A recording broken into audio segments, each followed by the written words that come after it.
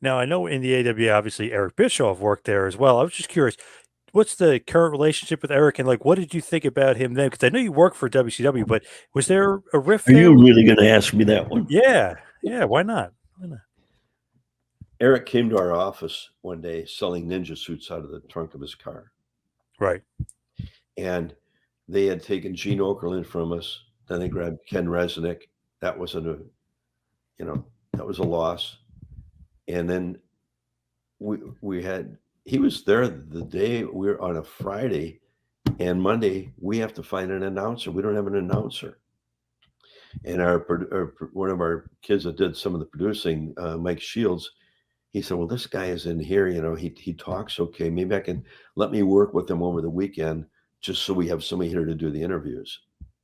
And that's how Eric got the job. And then the guy from St. Louis that took over WCW. Oh God, why can't I think of his name? Um, he came up and had a meeting with us. Oh gosh, and he was telling Vern, he said, what we'd like to do, Vern, what we need to do, because we'll bring you into the TBS deal here with us, the whole thing, we'll do the whole thing. But we got to find a midget, a hunchback midget. What do you need a hunchback? He can't get pinned. He can't get his shoulders down. We went, oh my God, this guy has no idea what wrestling's all about. He needs to make a big joke out of it. And so he left and we didn't do anything with him. And he called me about a month later. He said, hey, Greg, I'd like to work out a deal with you. I can't work with your dad. And I said, what kind of deal are you trying to work out? He said, I'll pay you $100,000 if you'll put our TV show in your time slot. And I told him what he could do and where to stick it. Right. Yeah, what a jerk. And so then we were kind of struggling, and Bischoff was getting nervous.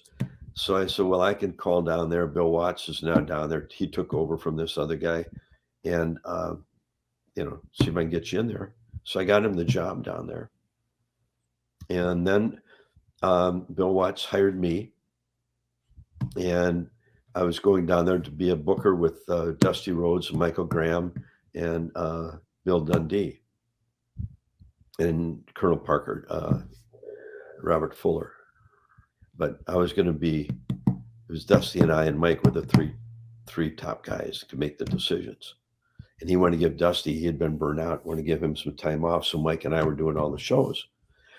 So in my contract, I had my lawyer work on it, and we put in, they gave me a base salary, and then I put in incentives. If the ratings came up on TV, because we're doing the TV, we get bonus this. And at the pay-per-views, when they go up a point, we get a bonus here, here, here. Every point it goes up. So I took my lawyer got it ready. I took it back. I gave it to Bill Watts, and he said, "I'll take a look at it. You guys have to be in South Carolina. You right up there." And Bischoff was now an announcer there, and we're in a meeting before we're going up to South Carolina. And Bill said, "Hey, I got this executive producer job available." And I said, "Well, should I go down and apply for it?" And he said, "No, they got Tony Schiavone, they got David Crockett, some guy from Atlanta, and Bischoff's going down." I said, "Well, why wouldn't you go down there? Well, let me go down. I'm running the thing. Don't worry about it." So we go to South Carolina, and this is about a week later now. We go back down to South Carolina, and I haven't signed my contract yet. I said, "Bill, let's get that contract done." He says, yeah, get down to South Carolina. And that night, Bill Watts shows up in South Carolina. He comes in, he says, "Well, you guys, you got your new boss is Erich Bischoff. I got fired." Bischoff was the executive producer. And Eric had been calling me all the time and saying, what are we going to, what changes do we have to make this thing work and all that. And I was telling him like a dipshit, and he used all that in his presentation, and he got the job. So then we're working for him, and things went along, And I'm riding back with him one night, and he said, "How can we turn this thing around?" I said, "Well, the quickest way to turn this thing around would be to get Hulk Hogan." I said, "Look, just got Flair's coming back. So you got the former NWA champion, Hogan.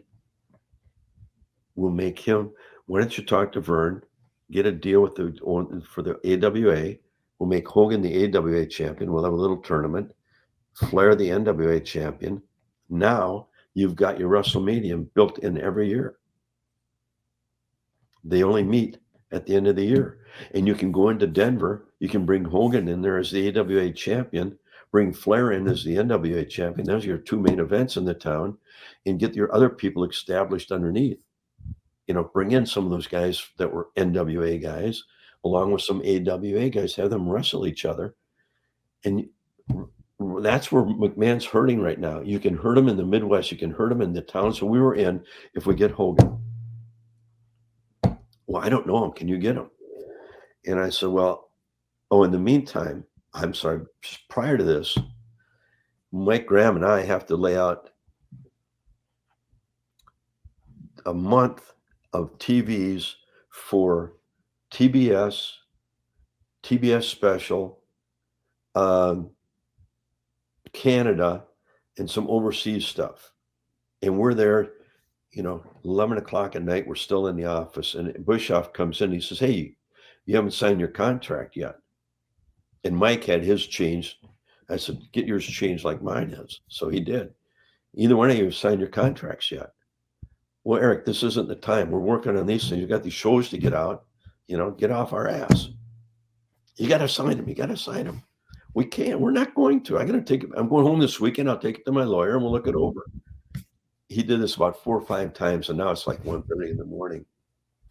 And he said, "Would you guys just please?" I said, "Have you made any changes in them?" "No, they're just the way you had them." Signed off on it without even looking at it. And then we got Hogan. He said, "I don't know how to get a hold of Hogan." So I got a hold of him. I set it up. First, I get my contract back. We had the numbers came up. I said, "Hey, we get some bonuses." They weren't in the contract. Eric had put them all in his contract. So that one burned quite a bit. Yeah. Now when I'm getting a Hogan, I said, "Okay, I'll get you Hogan, but on one condition. I want something in there. I'm going to get a percentage of his merchandise." "Okay." I said, get it down there. "Well, you get me Hogan. You get that in writing, and I get Hogan." So went on all week. And I said, "Hey," he said, "Well, Bill Shaw's going out of town. We got to get Hogan in here." And I'm going home Friday night. I said, "I'm not going to get him until you give me that deal." "Bill said he'll get it to you." I said, "I want to see it. I want to see it this time." So I went home Friday night, didn't have my contract. I come back Monday. I walk in the office. They got a big sign, "Welcome Hulk Hogan." They flew down to his house and signed him over the weekend. Damn. And then I was out of that deal. So those are my experiences with Erich Bischoff. And then eventually he just fired me. He didn't want me around. And obviously the rest is history with Hogan and the NWO and everything else that went on. And everything else. So they made that the NWO, and they had the other one. Instead of the AWA and NWA, they had the NWO and WCW. So it worked out. It was all laid out for him. But that's how that went down. And I'm not making anything up there. Thank you for watching the Hannibal TV. Please like this video if you enjoyed it and click the subscribe button to not miss any of our latest shoot interviews, match videos, or news updates. Follow us on Twitter at the Hannibal TV for instant updates.